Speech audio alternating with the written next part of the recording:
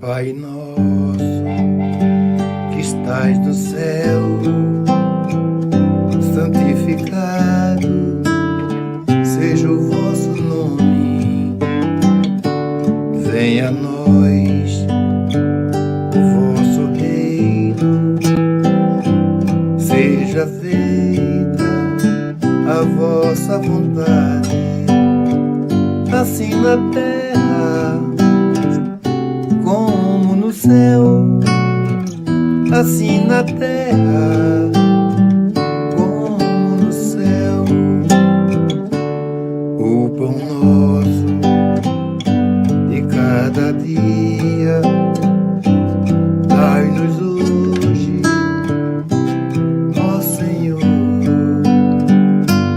Perdoai as nossas dívidas, assim como perdoamos aos nossos devedores. Não deixeis cair em tentação, mas livrai-nos de todo o mal. Não deixeis cair em tentação, mas livrai-nos de todo o mal.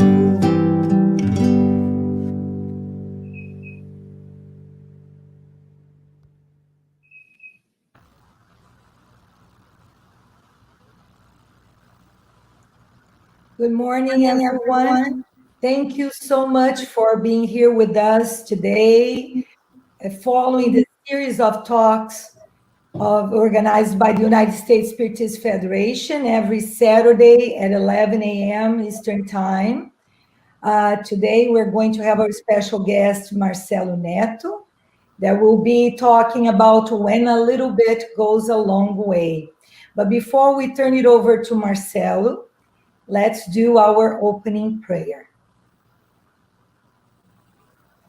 We thank our spiritual friends for this opportunity this morning, a very special day that we celebrate the birthday of Dr. Bezerra de Menezes, very special day today.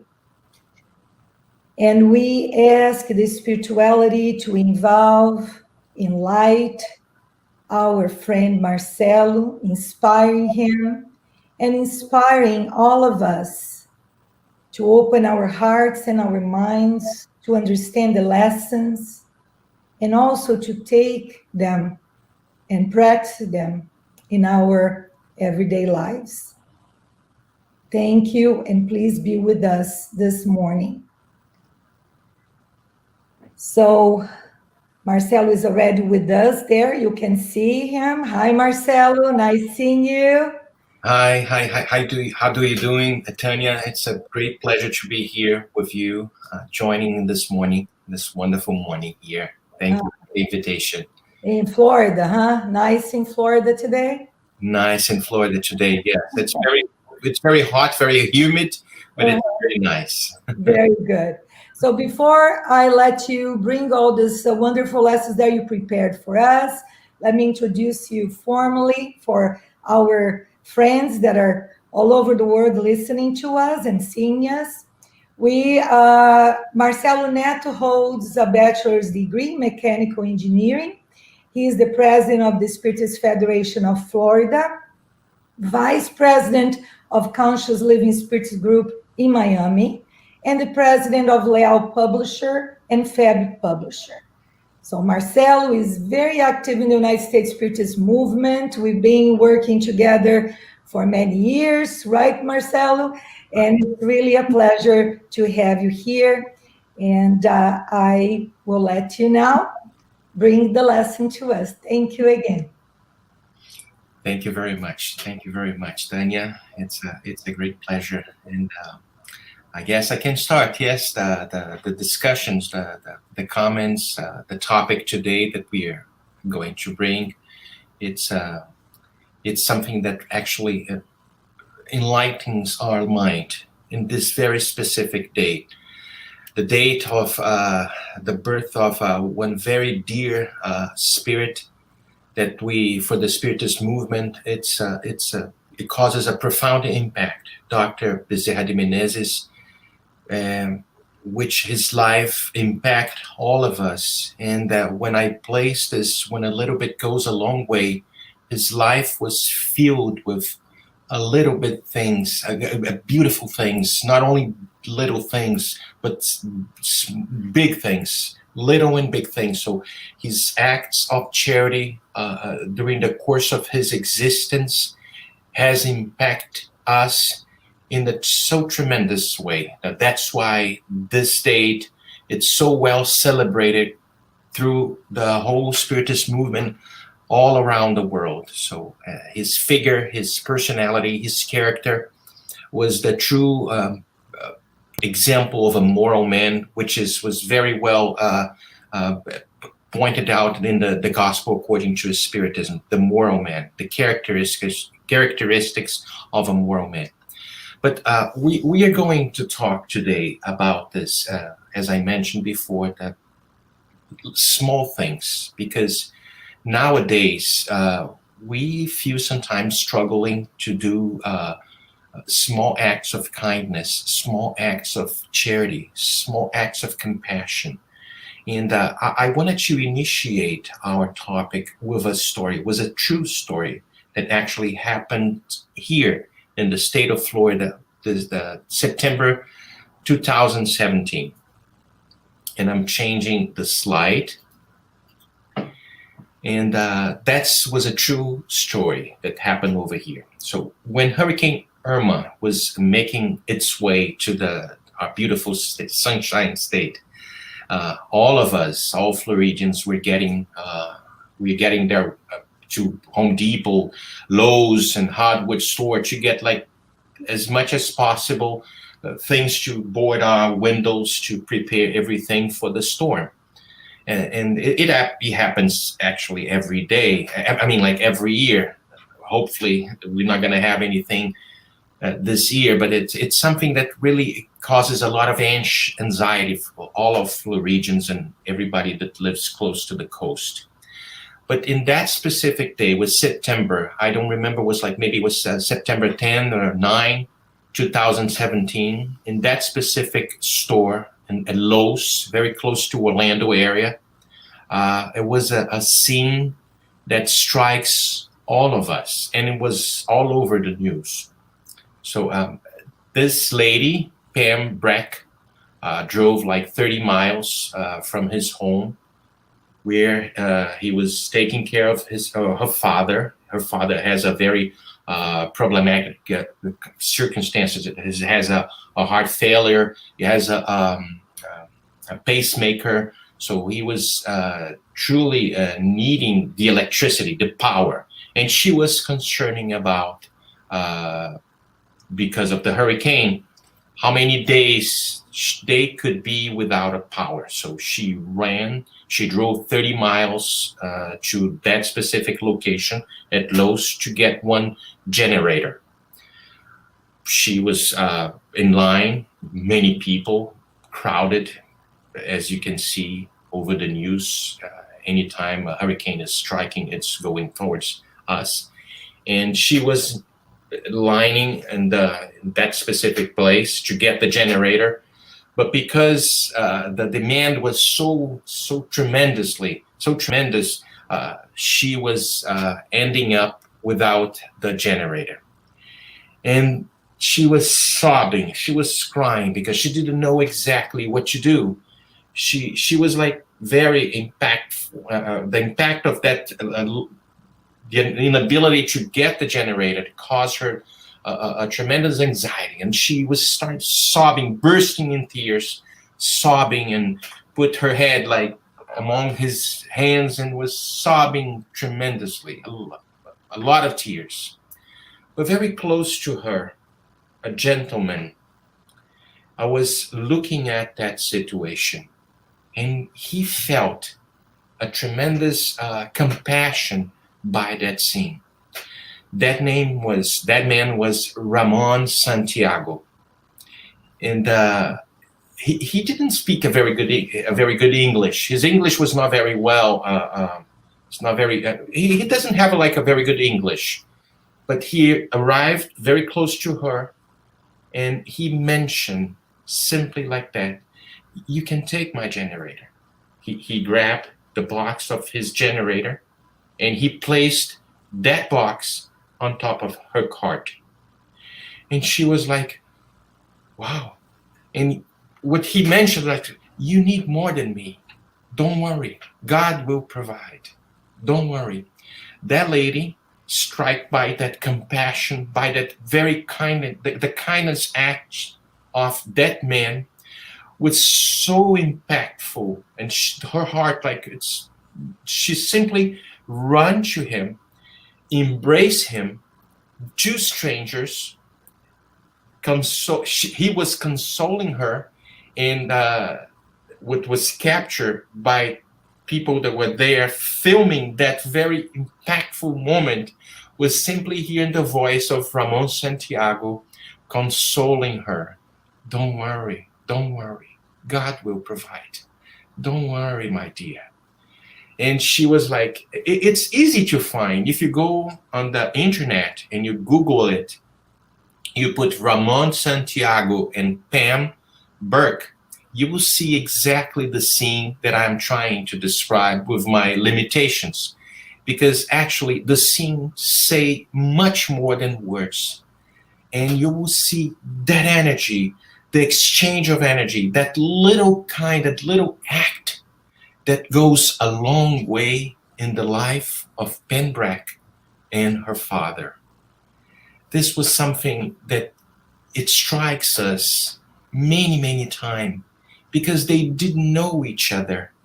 They didn't know what to do. So she didn't know what to do, but because of that specific man, I truly believed that her life was impacted tremendously. We all can do small acts of kindness, small acts of compassion, small acts of any kind of good deeds. And we don't have a clue where those small, little, unpretentious acts of goodness can impact the life of many around the world. What I mentioned to you guys, it's just one case that happened and was recorded, and it was placed all over the news, because the reporters placed in that specific location, they were outside filming cases, for example, of desperation or lack of material, trying to collect testimonies of people in that specific event that was taking place.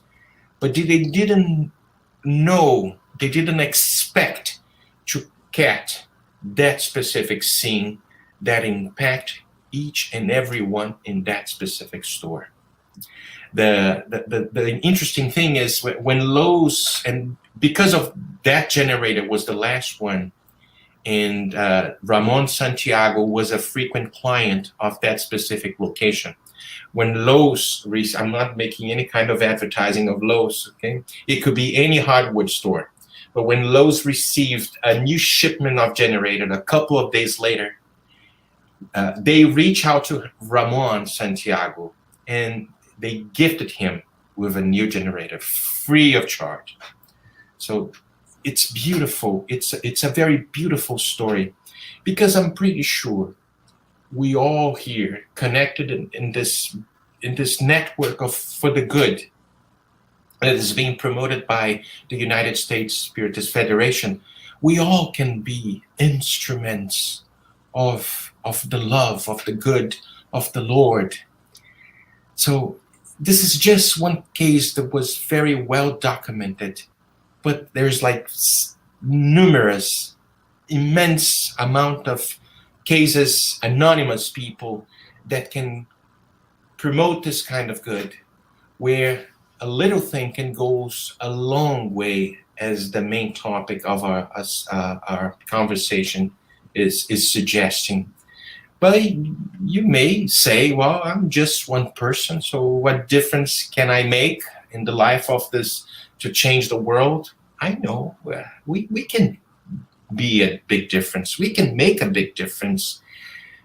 Perhaps you may be wishing, well, there's a bit more kindness going around, or perhaps you are increasingly frustrated with the what is making news today. We see senseless violence, we see crime, we see abuse of power over the news, the social media. Sometimes we feel like closing our social media, that denigrating people, creating divisions, creating like not the unity of the globe, but creating like building walls, or instead of like building bridges among countries. We see many things that sometimes it shower our willing to do something good. But because we are conscious people, and I'm assuming we are all conscious people in one level or another, but we are in this progress, in this process of progressing, of evolvement, in this process of trying to reach to our lives something better. And because we have inside of each and every one of us the seeds of good, because we are all creatures of God, and everything that God has created so far and will create for the rest of eternity is destined to be plain. It's destined to be happy. It's destined to be relatively perfect. When I'm saying relatively perfect, because we cannot equal the Creator, but this relativity that we're mentioning, it brings us a sense of joy. We live in moments of, we don't live in moments of constant charity. We don't live in moments of constant charity. When we see the story of the enlightening spirits, good spirits, as for example, Dr. Adolfo Bezerra de Menezes, which is very dear to our hearts, his life was characterized with constant moment of charity. He was simply donating from his heart. We can achieve this goal. I remember when Jesus says, like, you can do what I do and much more. So he was pointing exactly the direction, the destination, the horizon that we all have to see, and to promote this transformation that it has to be very well built inside of our hearts, so we can start with small acts of kindness, small acts of charity. So one day we will change this oscillatory wave. Once we do charity, sometimes we go, no, let's lay down a little bit, to live constantly in this charitable mode. That's why one day we're going to be joining with the Creator. When I say joining, I remember the Beatitudes. Blessed are the pure in hearts, because they shall see God. When I see they shall see God, it doesn't mean like we're going to see a figure, but we're going to be so connected with the Creator, just like Jesus is.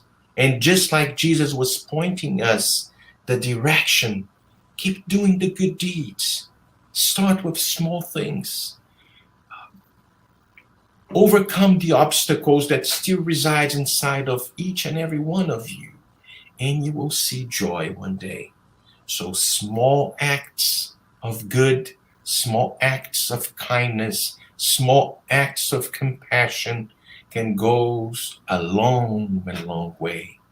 And I remember one passage of the book dictated by the spirit Joanna G. Angelis and psychographed, channeled by the medium Divaldo Franco, Jesus in Our Days, when Joanna states that the present moment desperately needs an uncrucified Jesus, a companion, a therapist, offering urgent assistance to keep it from going over the edge.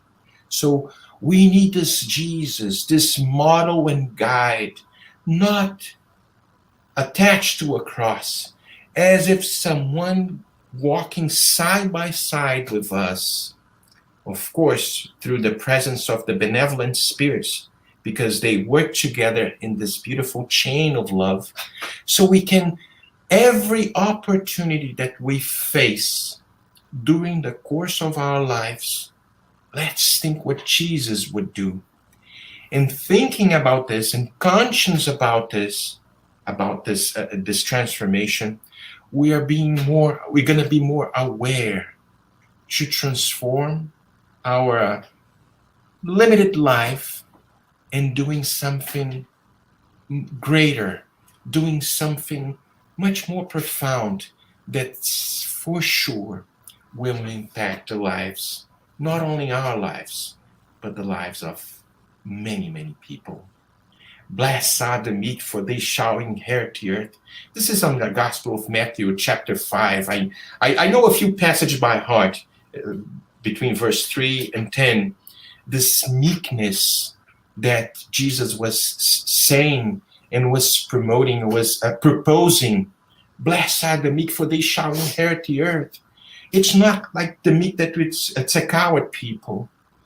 To being a meek, it's to find inside of our hearts the seeds that was inserted, was there, inviting us to be different, because the world outside is inviting us to be the conquerors, to be the one that the ego speaks loud for, to be someone different that makes a difference in terms of the ego.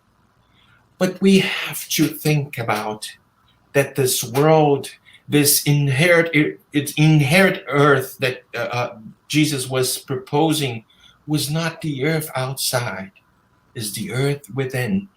That it's so unknown by us, so unknown by us. When we make this examination, when we examine ourselves and doing this self-knowledge that very well proposed in the question 919, when Allan Kardec asked, what is the most effective means for improving ourselves in this life and for resisting the draw of evil? And the Spirit St. Augustine answered in a beautiful way. A sage of antiquity has told you, know thyself. Knowing ourselves are going to unfold this veil of that the ego places, in making this examination, as Kardec also, if you go forward, the question 919a, if I'm not mistaken, says like Kardec, okay, we understand, we comprehend the wisdom of knowing ourselves, which it's very interesting. We comprehend the wisdom of this maxim, but there's a difficult precisely in knowing ourselves.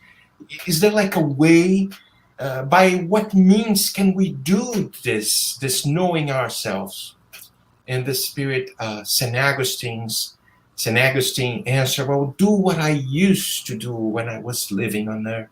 At the end of each day, I examine my conscience, reviewing what I have done, and ask myself whether or not I had failed to fulfill some duty, and whether or not anyone might have had reason to complain about me. And the answer goes on, giving us hints and possibilities for us do this careful examination.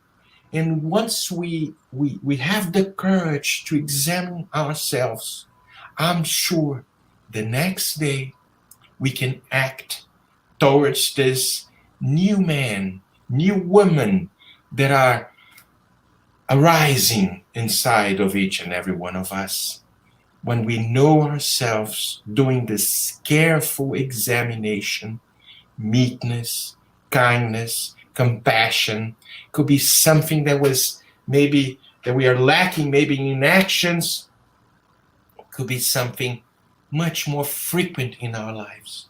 The power of kindness, for example, and the development of meekness can overcome the darkness we sometimes face. That's why small actions that go a long way. It could be a smiling to a stranger who feels invisible, unseen. What if that smile is the one factor that contributed towards the decision of that one person not to commit suicide? Sometimes this happens. It's a small action. There's so much loneliness in the world, so much pain.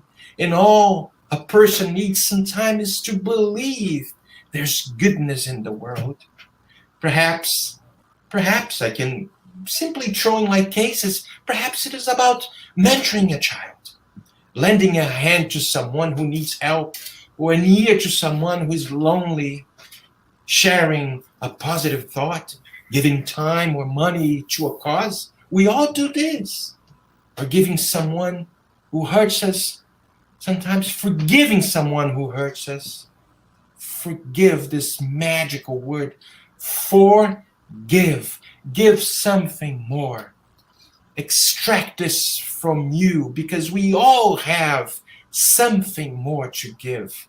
It's just a matter of looking for, and you will see marvelous treasures inside of our hearts.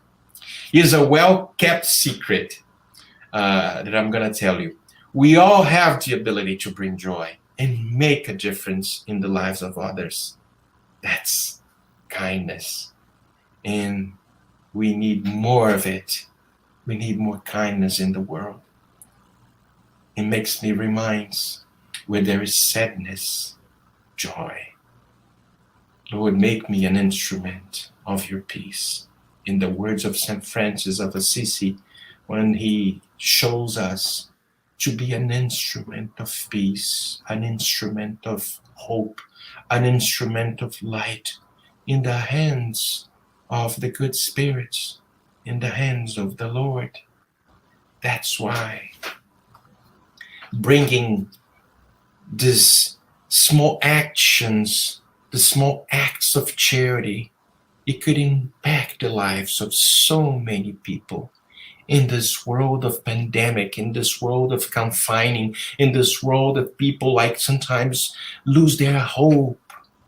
We see a lack of compassion, and we spiritists, we can contribute a little bit. We start with small actions, with small deeds. Every long road starts with the first steps. Let's be courageous to do this first step. I remember one statement that I remember I was reading, and my wife loves her very much. They get acquainted once, like they talk a little bit, Karen Armstrong. And when Karen Armstrong, who used to be a nun, it brings like a phrase that we know by heart. She states like, dethroning ourselves from the center of the world and placing someone else there. It means like we are not the center of the world. When we put someone, dethroning ourselves from the center of the world, we put our ego aside and we see the other as the reflection of our hearts, as the reflections of our spirit, and we establish the plug, the link that has to be so very well built and established among human beings.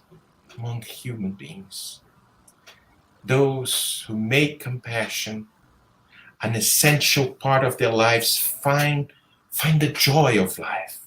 And also kindness. Kindness deepens the spirit and produces rewards that cannot be completely explained in words. Is it an experience? And I am pretty sure you all are going to agree with me. It is an experience more powerful than words can explain. I read once from a psychotherapist. His name is Robert Fury. He is from Missouri. This is the phrase that was impact me a lot in his literature. He says like, kindness, that's what he said. He says like, kindness is more than a philosophy of mind. It is a philosophy of the spirit. And we can bring, like researchers have stated that being kind can make us much more happier. And there's like too many researchers that are suggesting us scientific proofs. This is not my line of work, but I'm sure maybe there are people like here that their lines of work, biochemical, in the medical field, they see that when someone engages in the acts of kindness, no matter if it's big or small, there's like levels of serotonin increases in both the giver and receiver. It's really interesting. I am putting here one of the slides. In the last few years, researchers have looked at the so-called helper's high and its effects on the human body. Scientists are searching to understand just how altruism, the wish to perform good deeds, affects our health, even our longevity. So if you want to live longer, be kind. Just a joke, but be kind. Be loving. Be compassionate. Do something good. And the researchers that suggest this, it says like when the giver, the receiver, and also someone that is watching the scene get their levels of serotonin and dopamine increased tremendously. What does it mean?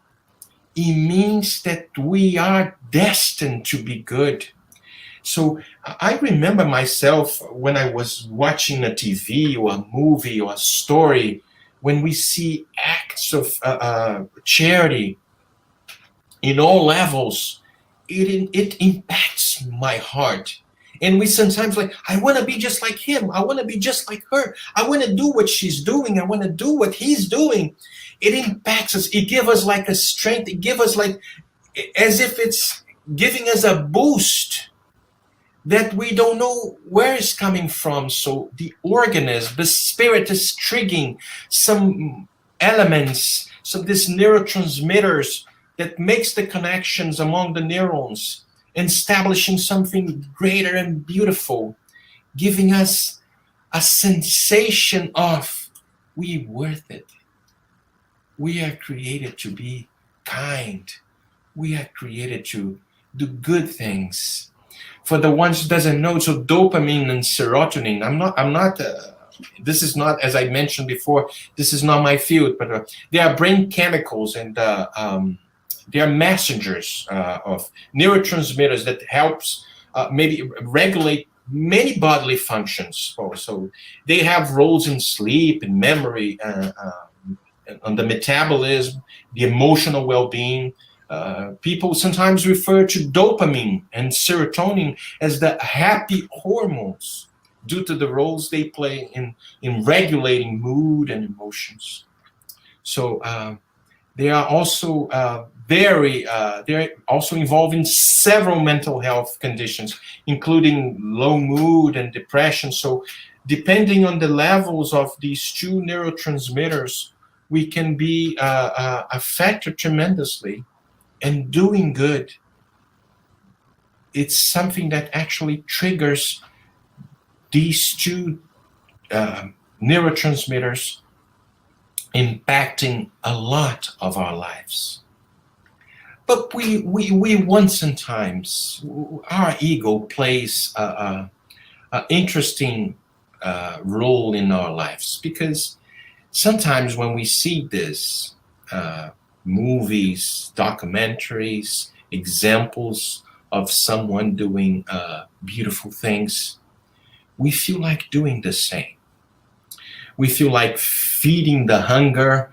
We feel like going to Africa, going to saving Brazil from for example, the virus, the Zika virus. We feel like we have this impulse, which is very noble, which is very, it's fair, it's nice, it's noble, as I mentioned.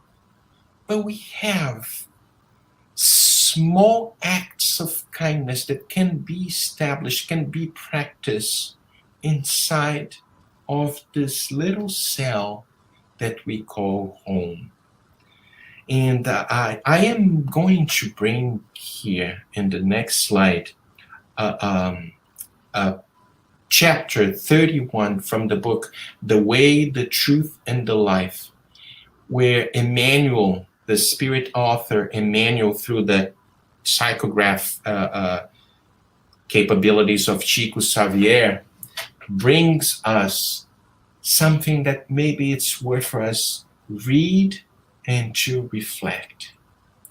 He says, like, the littlest things.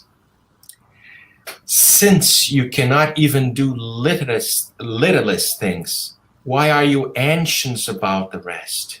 This was in Jesus on the Gospel of Luke 12:26.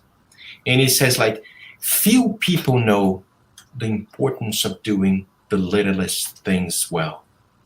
There are those who, out of a sense of false superiority, look down on simple tasks as if they were dispensable for the success of more impressive works. A learned person must not forget that once upon a time, he or she had to learn the simple letters of the alphabet. Moreover, no work can be completed rightly if the details are not duly considered and understood. In general terms, people are always fascinated by spectacular situations and dramatic or exciting events. However, being prominent demands much prudence. Thorns and stones can also be prominent on the daily pathway.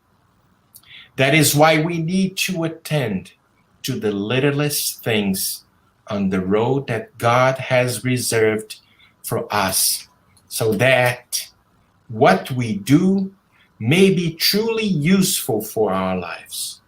A symphony would not be played properly if one note were missing, nor would a poem make sense if one verse were omitted.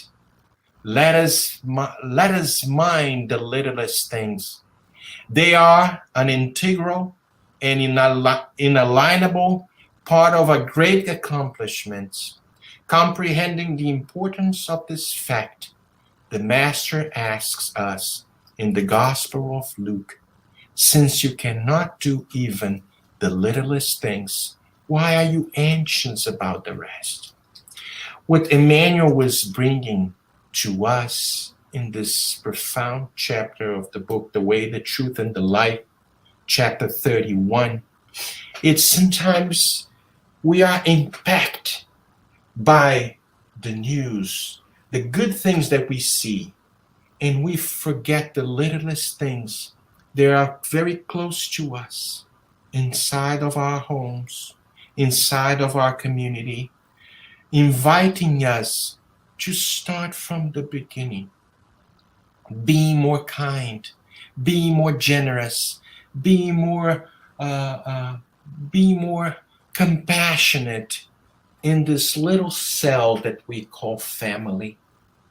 And then once we achieve the basic steps, the fundamental base for the construction of this building that's taking place and is being built during the courses of many lives of our existence, our immortal existence, we can maybe one day be more courageous and to go outside. I am not in no way, I am forbidding, I'm promoting for us not to go outside and to do good deeds, to engage in campaigns, to make a difference in the world. Of course, that's not the objective of this chapter or the objective of my reflections. But it's for us to pay attention first where the attention needs to be direct. Because sometimes in movements that the ego plays inside of our hearts, we run away from our homes, where the most impactful effort needs to be addressed by us with compassion, with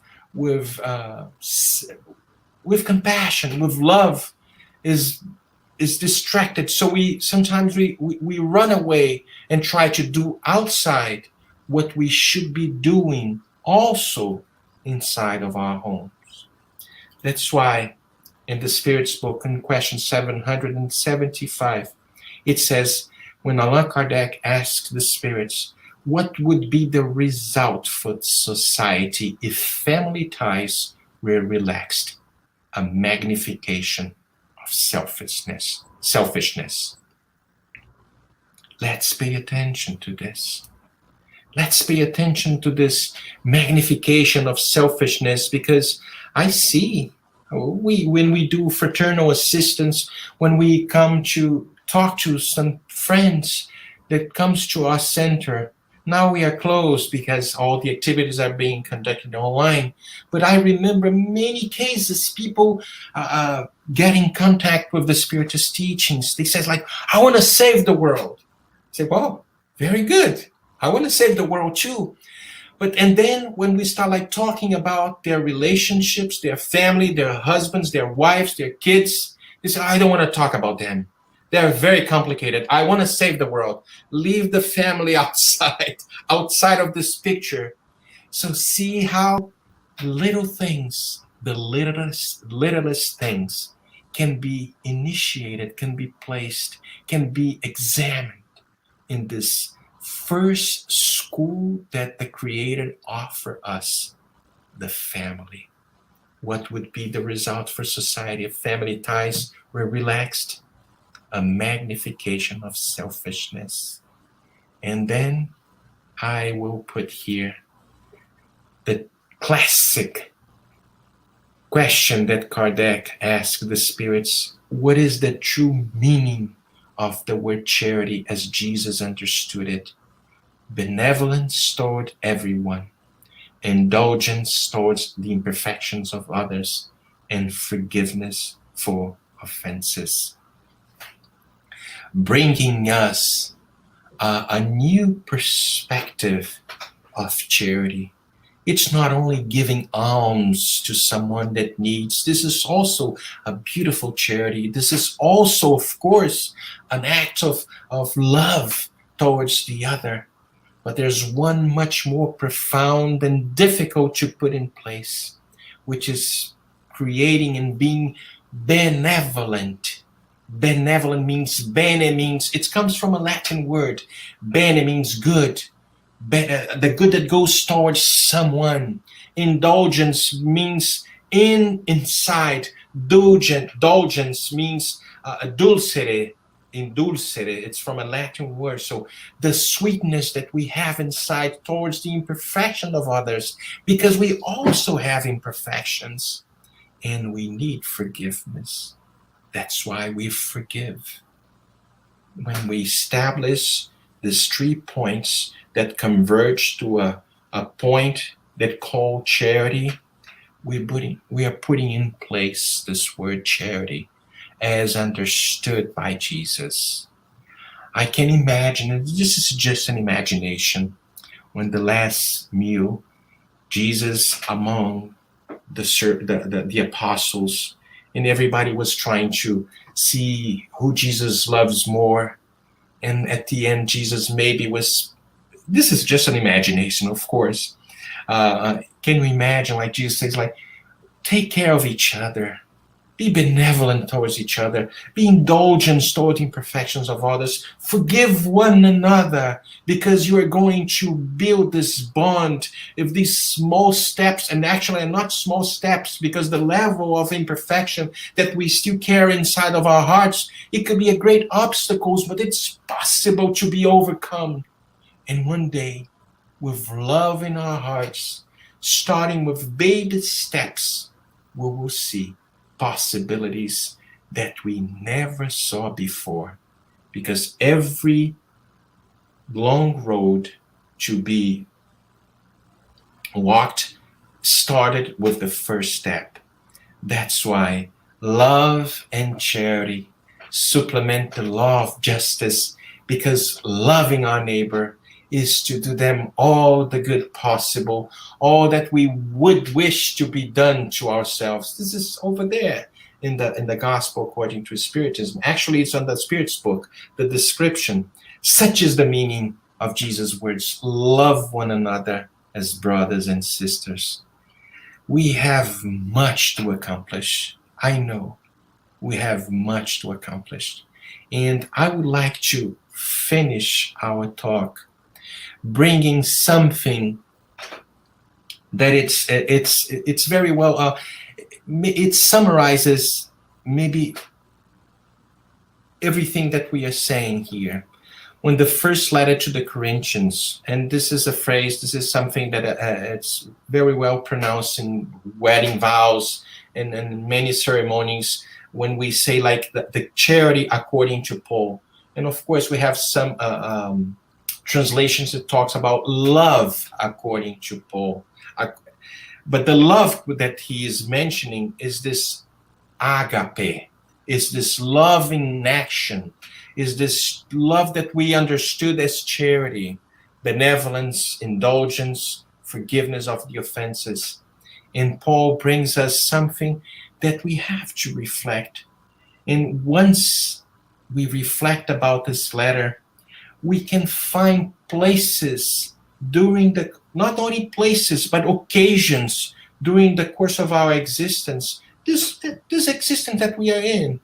Maybe we can be more charitable, we can be more compassionate, we could be more meek, and we are going to read it together and to invite us to do something that maybe Dr. Bezerra de Menezes was doing frequently during the course of his life, and teaching us, because he learned from Jesus, that even if I were to speak all the languages of men and the language of the angels themselves, if I did not have charity, I would be only like a sounding gong or clanging cymbal.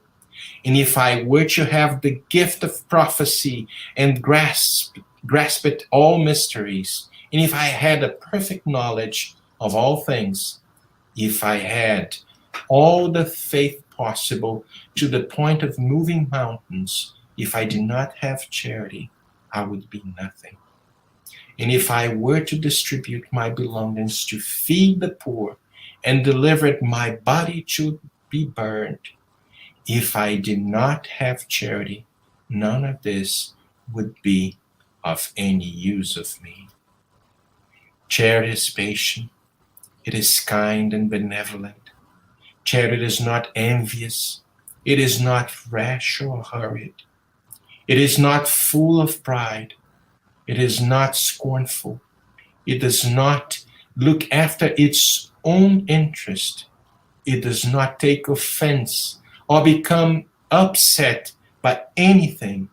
It does not suspect evil. It does not rejoice in injustice, but rejoices in truth.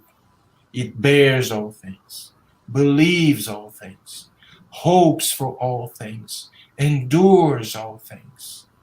Now, these three virtues remain: faith, hope, and charity. But among them, the most excellent is charity. Let's be the one that promotes this charity that was taught by Jesus, was understood by Jesus. Maybe we cannot do the huge acts of charity. Well, let's be courageous to do the small ones. We never know. We never know whose eyes God is watching you through. This is something that I kept from, I extract from a movie. Actually, was a true story that I inviting you maybe to see. So the name of the movie, Same Kind of Different as Me, is based on a very inspiring true story of a international art dealer. His name was Ron Hall, who befriends a homeless man in hopes of saving his struggling marriage to his wife, Debbie, a woman whose dreams will lead all of them to a most remarkable journey. It's a movie with watching. It's very inspiring, and it makes us think that we can do much more. Let's be courageous. Let's copy the example of so many good spirits that crosses our mind, that crosses our hearts, that show that they are examples of faith, they're example of compassion, they're example of charity, and most specifically in the day of today is this beautiful man that maybe for the English speaking public it's not well known, but for the Brazilians, for the Latin world, especially the Spiritist movement, this man that was an example of small and big actions of good deeds and charity, Dr. Bezerra de Menezes, could impact our lives and maybe invite us on the daily basis to be something else, someone to express the love of the cross of Jesus. Thank you so much, and let's be an instrument of Jesus, of the Lord's peace.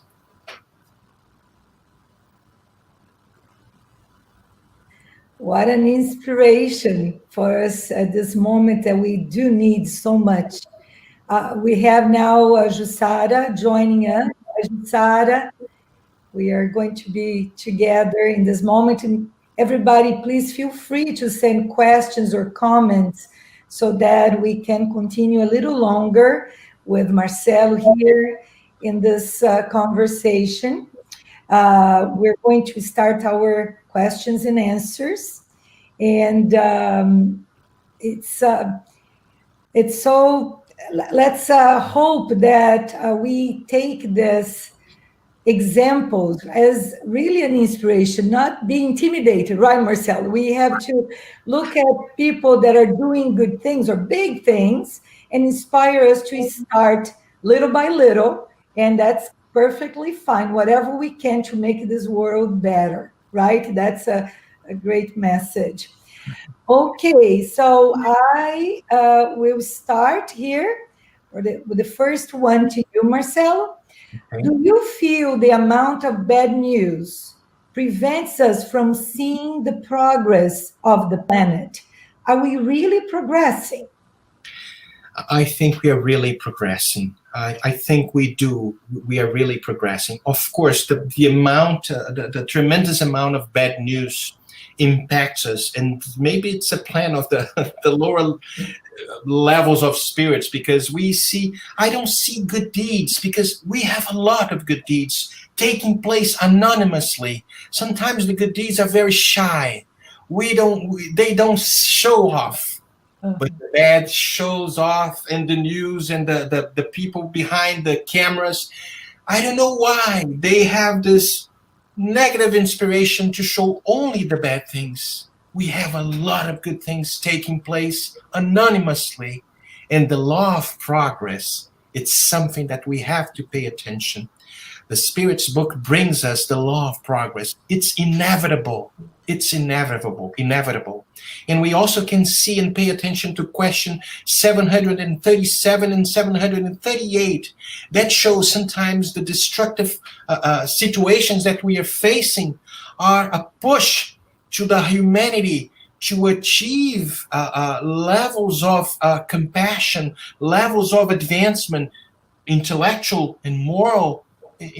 What would take like maybe centuries, as the answer of the spirits are stating, now could take like a few years. That's my invitation. Read the question 737 of the Spirit's book and the question 738 of the Spirit's book. And don't be discouraged by this immense amount of news promoting the bad, the discord, the disunion.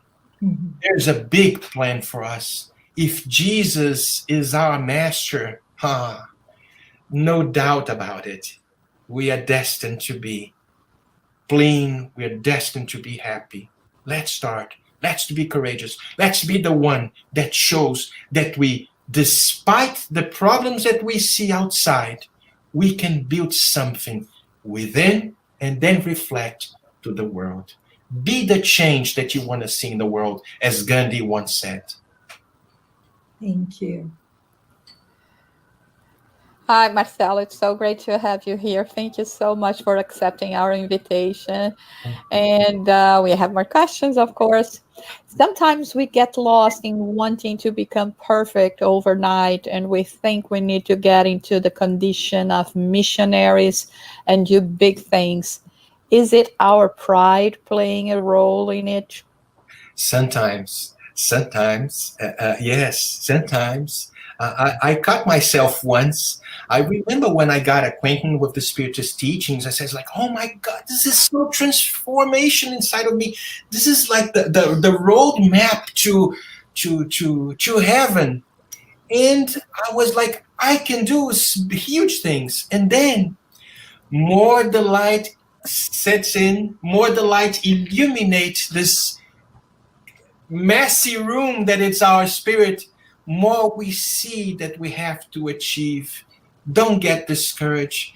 Yes, it is sometimes it's our pride taking place, showing off, but don't get discouraged. It happens to me, it could happen to you, it can happen to anyone.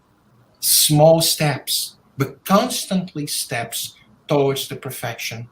We're gonna fall a few times. Of course we will.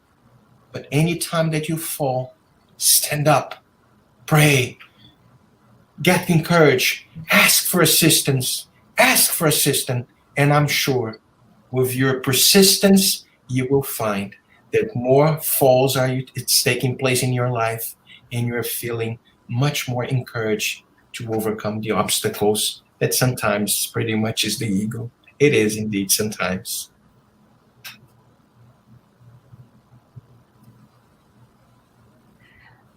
Thank you. One more. Oh, just a bunch of questions. It's good to interact. Even if we touch only one life throughout our lifetime, can this be good enough? Should we consider a continuous necessary exercise? If this is all in your capacity to touch one life, it's good. But there's one question in the Spirit's book that says, like, when Kardec asked, like, if I don't remember by heart, but it's something like that. The invitation that the Spirit says, like, do all the good as possible of your capacity. Sometimes we're very limited to do just one deed, a good deed.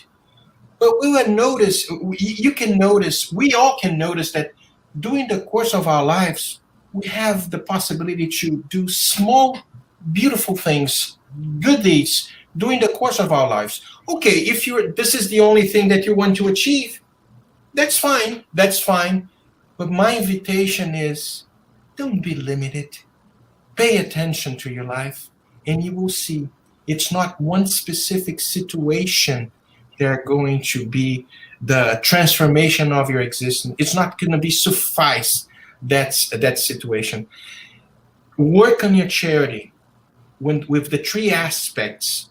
If you work with charity, benevolence towards everyone, indulgence towards imperfections of others, and forgiveness of the offenses, and if you put this in practice during the course of your life, at work, with your family, with your boss, with your loved ones, do this, and you will see you're not impacting only one life. You're impacting many, many lives. There's a multitude of spirits that paying attention to us, as Paul of Tarsus once mentioned. We are being watched by so many spirits that sometimes don't like us because they know who were we in the past.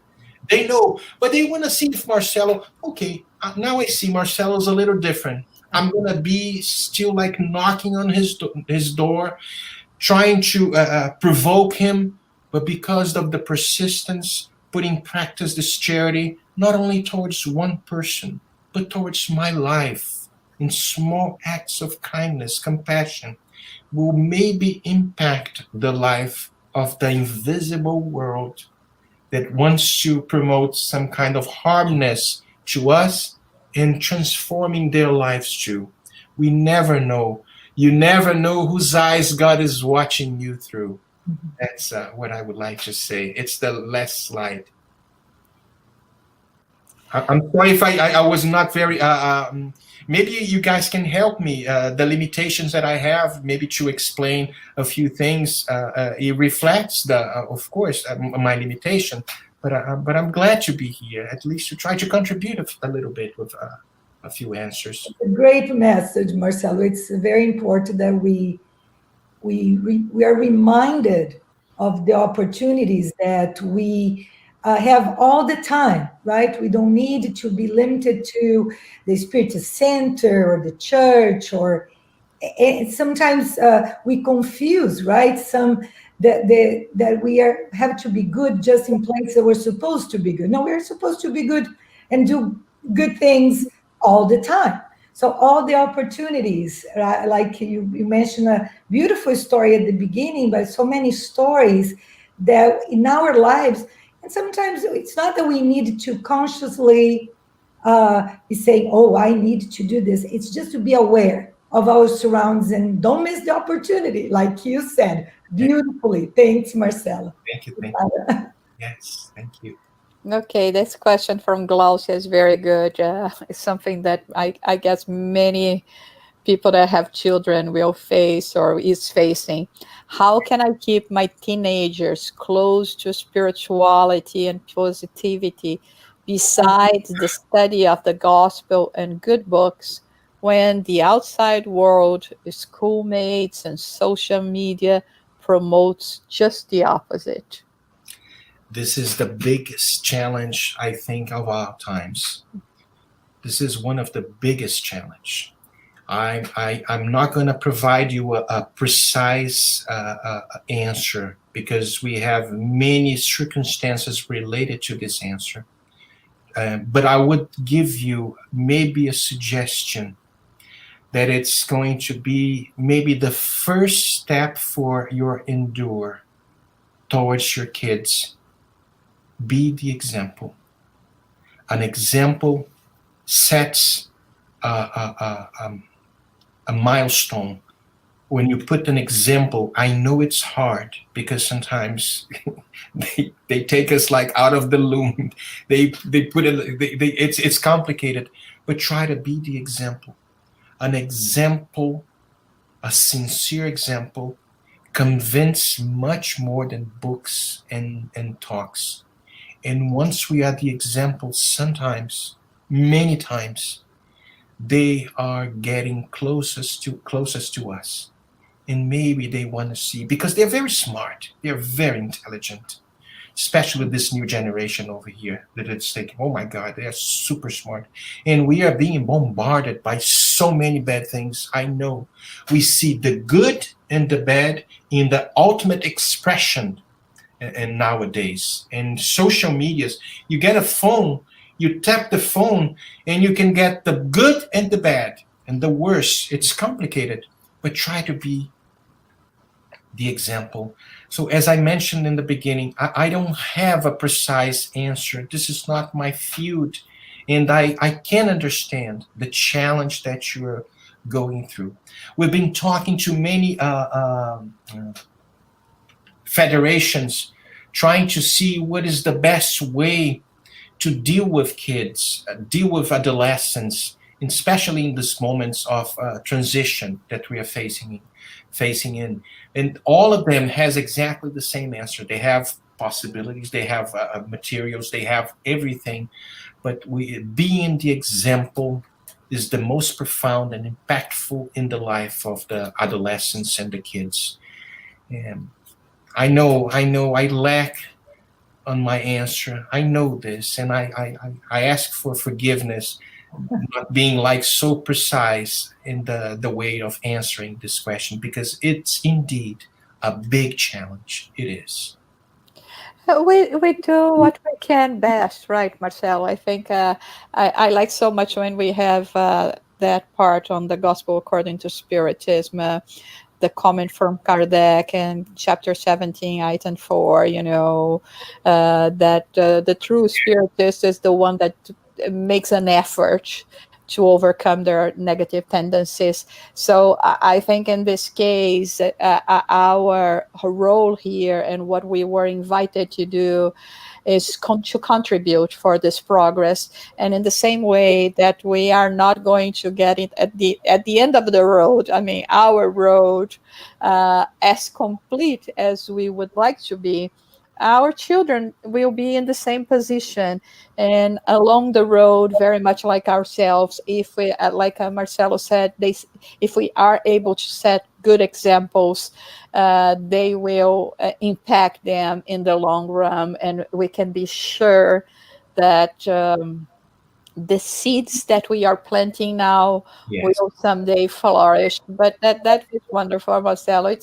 I understand the frustration, and we see that not only with our children, we see with our loved ones, our family members. How many of them we would like to be like ourselves, to have at least a bit more of spirituality, to question themselves.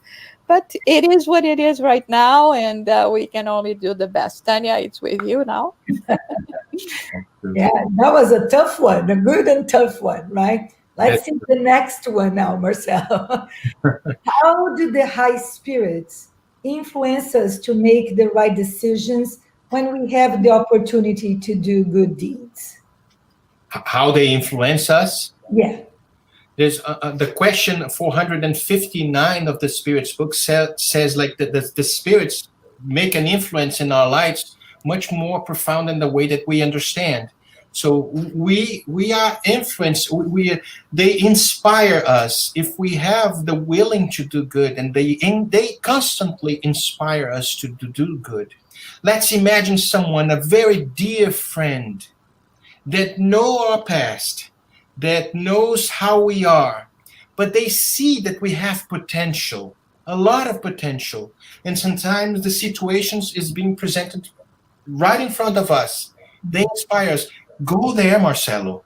Do this. We can accept or we can deny. So it's going to be up to us if we're going to embrace this opportunity and be someone's be the ones that changing, give something else to someone. It could be a smile. It could be, as I mentioned before, like helping someone in a very small action. Let's try to be aware of this inspiration that constantly are being proposed to us. But we have the two sides. We have the good ones and we have the bad ones. Bad is not the word. We have the less evolved ones, yes? So which one we want to take? My other invitation, I love the Spirits book, so go read the question 459 of the Spirits book. So we are constantly being influenced by the spirits. I want to be influenced by the good ones or the bad ones. Let me put this in this way. So be aware. Be aware. Yeah, good or bad influence, right? Depends on us, right? Depend on us. Who are we connected to, right? Let's pay attention. It's going to be free will, exactly. It's going to be free will. Let's tell me how you think, how you behave, and I'm going to tell you what kind of company do you have, physically and spiritually. Yes. Okay. So, Marcelo, we have a few more minutes, and before we close, we would love to hear you talking a little bit about the Spiritist, the Federation of Florida, and this is something that we normally do when our guests they are. Working on a role of guiding the Spiritist movement in a certain area, and we have you with the Federation in Florida. So we would like to hear, for those who have never heard anything about, that much about the Spiritist movement in the U.S. And we have so many federations. We have the National Federation. We have 5 state federations, and Marcelo is responsible for one of them. So please tell us a little bit about this work, about the Spiritist movement in Florida, and if you could give us a little idea as well as how the movement developed there. And after that, if you could give our last words as well, to say goodbye to our audience and to say the final prayer for us. Okay, thank you. Thank you very much. Thank you, Marcelo. Thank you very much, Tanya. Well, the Spirits Federation of Florida it's a movement that was started in 1987. The birth of this federation was April 18, 1987. And it was really interesting because the founder of the federation was a Colombian guy by the name Benjamin Rodriguez. He was from a Catholic background. He came from Colombia many decades ago. He passed away already. He already discarnated.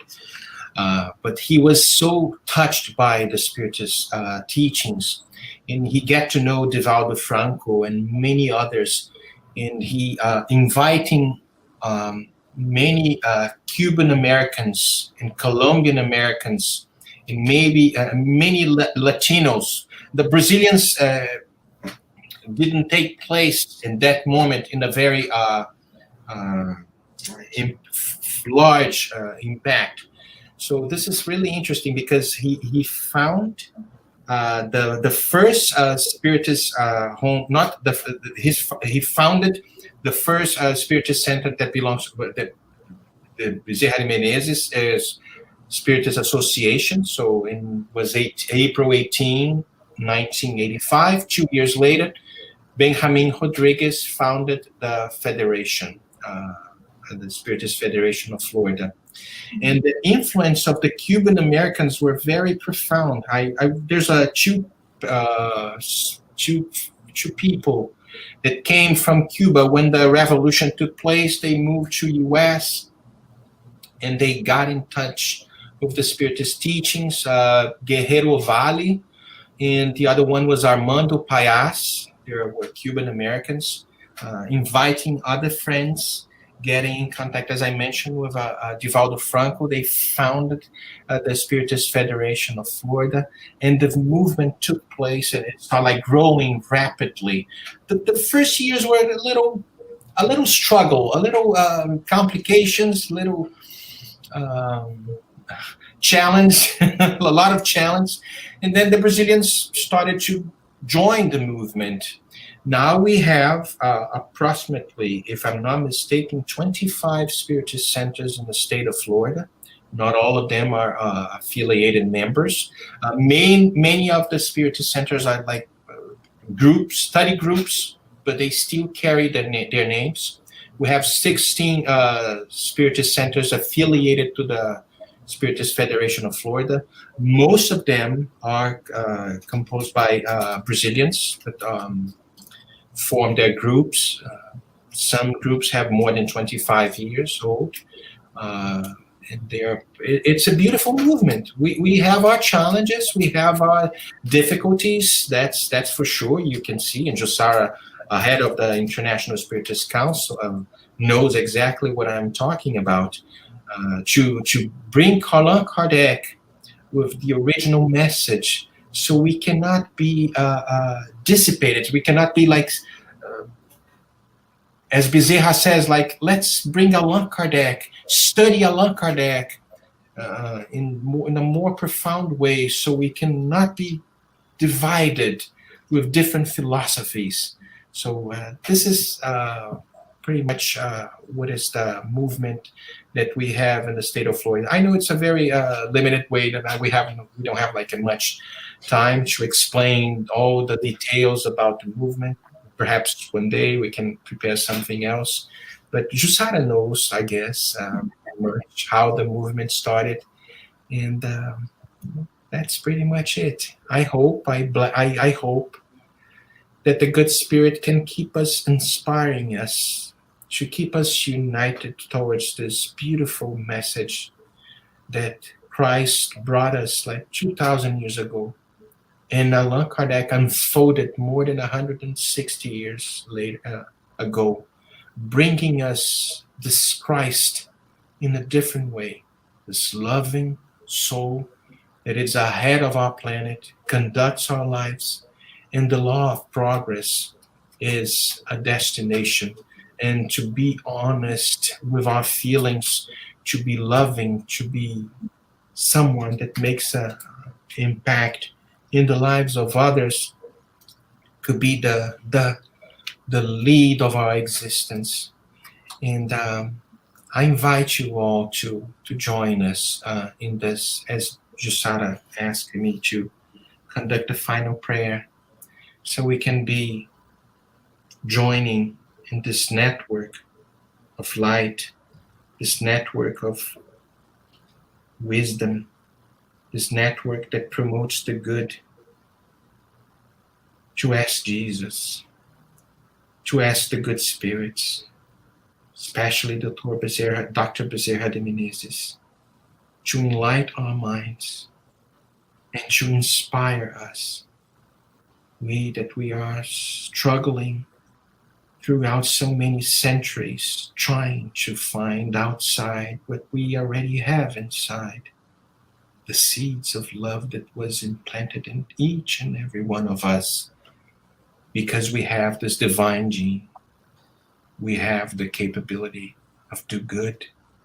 We have the possibilities to expand love that is already available to each and every one of us. Through the study of Spiritism, based in Allan Kardec's codification, we can find joy for our lives, and we're not going to get distracted of too many philosophies that sometimes it's the plan of the lower order spirits that are still like us in the past, and sometimes like us in this present time, are trying to find something to put us apart. There's a great and beautiful plan that divine providence is playing, is promoting, is proposing to each and every one of us, that it's the unification of this movement, the unification of the planet, unification of the human race, because after all, we are all belong to one only race, the human race. They're destined to be loving and compassion. Blessed are the meek, for they will one day inherit the earth. Thank you so much. Bless the United States Spiritist Federation. Bless the dear friends that join us in this moment of reflection, and asking constantly the enlightening of the good spirits, inspiring each and every one of us to be true examples of Christ's followers.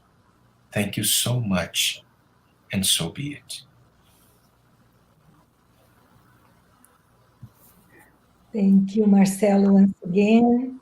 Thank you, everyone who has been watching.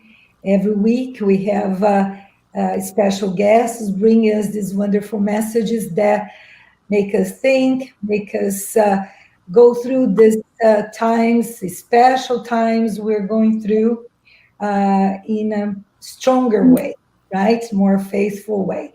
So don't forget, next week we're going to have another talk, 11 a.m. Eastern Time. That will be September 5th, and that will be with Marcia Trajano from Georgia, speaking about meaningful conversations with your emotional self. So save the date, the time, and connect with us. Thanks again. Thanks, Jussara. Thanks, Marcelo. Thank you, everyone. Thank you very much.